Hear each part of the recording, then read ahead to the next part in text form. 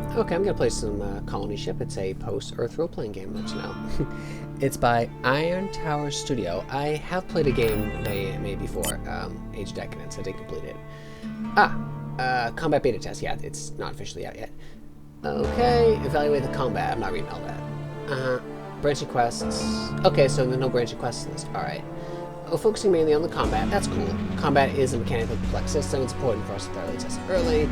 Hard, not impossible. Experiment. That's cool. Alright, large groups. Combat especially challenging and challenging and interesting. Victors in your grasp. Okay, we'll see. Oh, he looks pretty cool. Born free. Be a woman if you want. I do not want. That's cool. That's cute. Zalban. I guess the whole premise of this game is that you're on a colony ship. It was launched hundreds of years ago. You'll never see where you're going, so there's no real point. That's good enough. Oh, I have stats to put in. Yeah, this is a stat-heavy game. If you've ever played the previous game, or the second previous game, was it Age of Decadence? It's very stat-heavy. Hopefully, their combat's not as on-off as that game's was. It wasn't the best I played. Alright. Valkyrio does it up close, but Dex is always really important too. Speed reaction. I like Dex. See, it gives you lots of stuff. I like Dex. I like Strength. I don't like being a dummy. Oh, it's pretty smart. Right, get a training skills. Charismatic, why not? I think you lost points actually. Let's be somewhat durable. Max implants. Wow, look at that. That's interesting. Perception.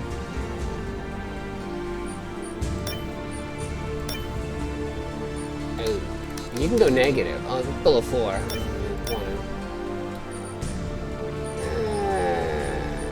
It seems every game like this, Dex is a thing. Alright. I might go in this completely blind, so... blade. It's a knife. Blunt. I work out frustrations. Hammer. Honestly. Here's the thing. Let me check something. Interestingly, it's not giving me any skills off that. It's giving me action points, which are huge. Pretty much everything in this. Let's go blunt, actually. Kind of like smashing heads. I can't take above, okay, fine, whatever. Evasion. No one can dodge bullets. Being quick on your feet will certainly give you advantage. Want to go first? Yes, I do. Armor. Gains no gear will hasten your shuffle to a jog and make you quicker in combat. Crit. I like critting. Tagged. Okay. Now I can choose a feat. These are feats, pretty much. 4 AP dedicated to movement. Fast draw. Being first is good. Let's be heroic.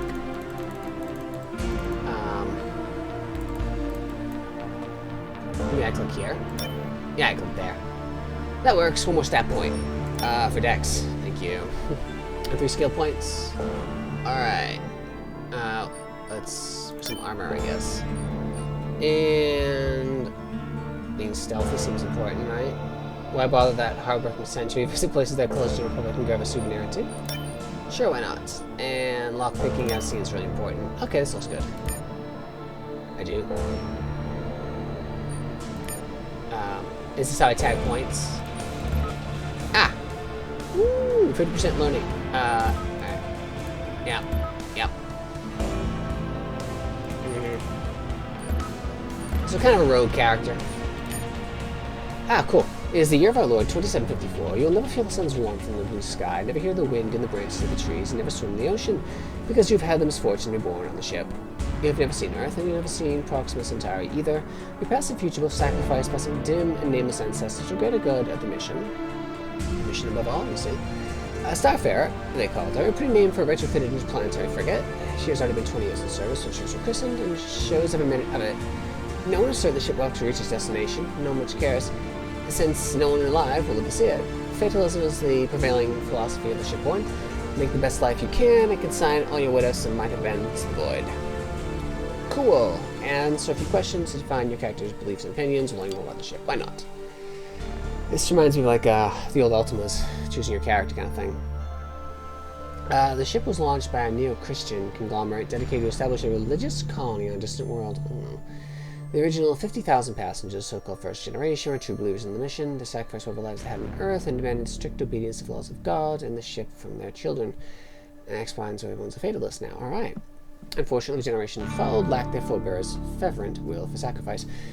A dissatisfaction led to open revolt against the authorities, called the Mutiny. The mutiny metastasized into a civil war. The mutineers dealt a decisive blow to the old order. They did not eradicate it completely. Okay. When the fires died down, the smoke finally dissipated. Three factions emerged from the wreckage of the old order: the protectors of the mission, those religious types, the Brotherhood of Liberty, and the Church of the Elect. Each of them promising their own version of the future. I see. You have always thought that. Rebelling against the ship's authority was a mistake. No. The environment itself is hostile enough to human life. Order is always preferable to chaos. No. Mutineers did the right thing. Why should the ship run blindly by the edicts of its centuries-dead ancestors? Who cares? We could have problems dealing with right now fighting against a bunch of fanatics. Though they'll deny it, the mutineers are fulfilling God's will and they toppled the old order. All shipborne bend to God's will, just events preclude according to his plan. Nah, they did the right thing. In fact, you're going on to say, violence is never the best solution, but sometimes the only solution. Life has changed, it's stagnates to die. The sisters, brothers are shipborne, our government must evolve. Tyrants have always justified the decision with no motives, after all, but all they care about is power. The power rightfully belongs to the people, death to tyrants. There we go. Alright. The ship suffered extensive damage in the Civil War, but remains operational. The hull was breached in several places. Frantic efforts to avoid a meltdown crippled the main reactor. Radiation increases in place to lethal levels. Several areas remain dangerous to this day. While a small percentage of children in the habitat are firstborn deformed, they were branded mutants and immediately shunned. The young were abandoned. Those whose defects didn't manifest until later were driven out. When the condition of a reactor fusion. Oh, it's a fission. No. Double check that. F-U-S-I-O-N. Fusion. It's not fission. Okay. Reactor degraded to dangerous levels. The number of volunteers for jobs in areas exposed to radiation remained few. The mutants negotiated a pact with the Covenant, granting protection from harassment, violence, chicanes for the maintenance of the engines. Alright. You've always thought, what do I think of the mutants? Eliminate them. Okay, no, not a bigot.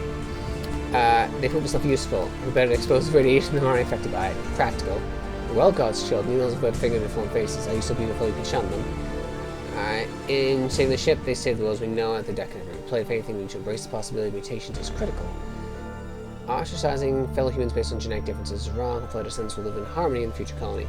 And they prove themselves useful. Oh.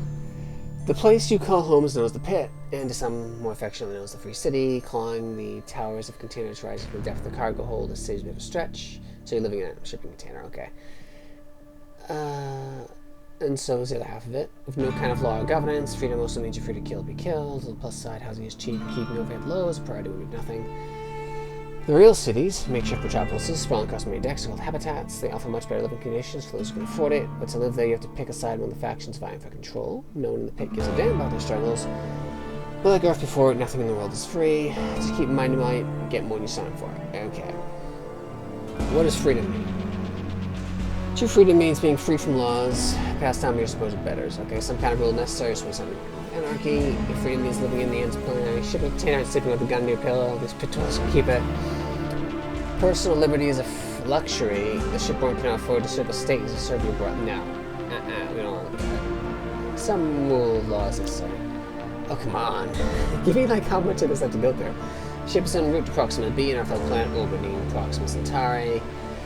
After launching a deep space probe, transmitting highly detailed images of the surface, which revealed minor setback, this very habitable world is already inhabited. Whoa! Since the voyage is estimated to take close to 400 years, it is possible a ship will arrive and cause to encounter a mature civilization corresponding to Earth's late Middle Ages. If that's the case, what's setback? For unanticipated slaves will provide an excellent resource for the colony. Alright. We make every effort within reason to accommodate the savages, setting aside clearly demarcated zones for them to pursue their own lives. We must make every effort to live in harmony with the world's native sons and daughters and let all we can do. We'll be guests in this door, live alone with the population. We give them their space, we get ours. As inevitably happens in dark and challenging times, some people turn to God for reassurance. I think this is going to be a story video. We'll do a different video for the gameplay. Some people turn to God for assurance. The purpose of this Isn't into pain and hunger, following that is the purpose. A church we like rejects both the protectors of the mission and the birth of liberty is worldly fools distract their politics and their own egos, teaching their adherents that they were chosen by God. The church frames the journey of the ship as a century-long test of faith. We all face a series of trials, yes, with a very definite end. When the ship arrives at their destination, Judgment Day awaits every citizen. The righteous will be welcome in the promised land, proximate B, the independent return to hell, from which we fled, except for all eternity. Religious the opium of the masses, true. It doesn't matter if God exists, people need to believe in something bigger than themselves. Faith is always mankind's greatest strength, defining trait, preserve at all costs. Honor heroes reborn, you too shall be born in a new world. It waits, come the dawn. It doesn't matter. Alright, so we'll just be a pragmatist. Alright. The Protector's one true mission. Truth is the mission. These guys are all about the mission. Sole way to successful completion of the mission is to follow the old ways. These guys the dicks. Who is the father, forefathers, and founding fathers are together the beam which the ship travels to the ultimate destination. Yeah. The mutiny, which through their steadfast time and intervention was thankfully aborted, was the ultimate betrayal of the old ways. We looking forth the notification of every sacrifice and of every life dedicated to the mission. Sworn to regain control of the ship, the Protector will subjugate anyone who threatens the mission. Over the last century, they've managed to expand their enclave suddenly, but the brotherhood is deeply entrenched to become the violence to result in a massive loss of life. Unfortunate consequence would itself engage the mission. Instead of embracing the future, protectors are clinging to long centuries past their problem, not solution. That sounds good. They should be more flexible. Who cares about them? They're one thing. The mission. I don't give a shit about the mission. Want to raise an older? Finding fault? No. Screw it. These guys again. The Brotherhood formed to liberate the people from the shackles of the authority. The first sally with the fossil deal with called mutiny that completely achieved this aim. However, the Brotherhood was successful in establishing themselves as civilian power in the world. Okay. There's a lot of plot dump here. I mean, there are better ways to present this. But, I mean, you know, this is the beta, so... Unfortunately, the Brotherhood's subsequent attempts to complete their emancipation of the enslaved, whoever it may be, arranging an obstacle. Not only did they refuse to cooperate in the mission, but for reasons violently resisted, and sometimes even chose the protectors of a church. In the best interest, the war goes on, but we fall in different battles with different tactics. In non-military campaign world, people through reason, deceit, we can aim from an essential pill new strategy.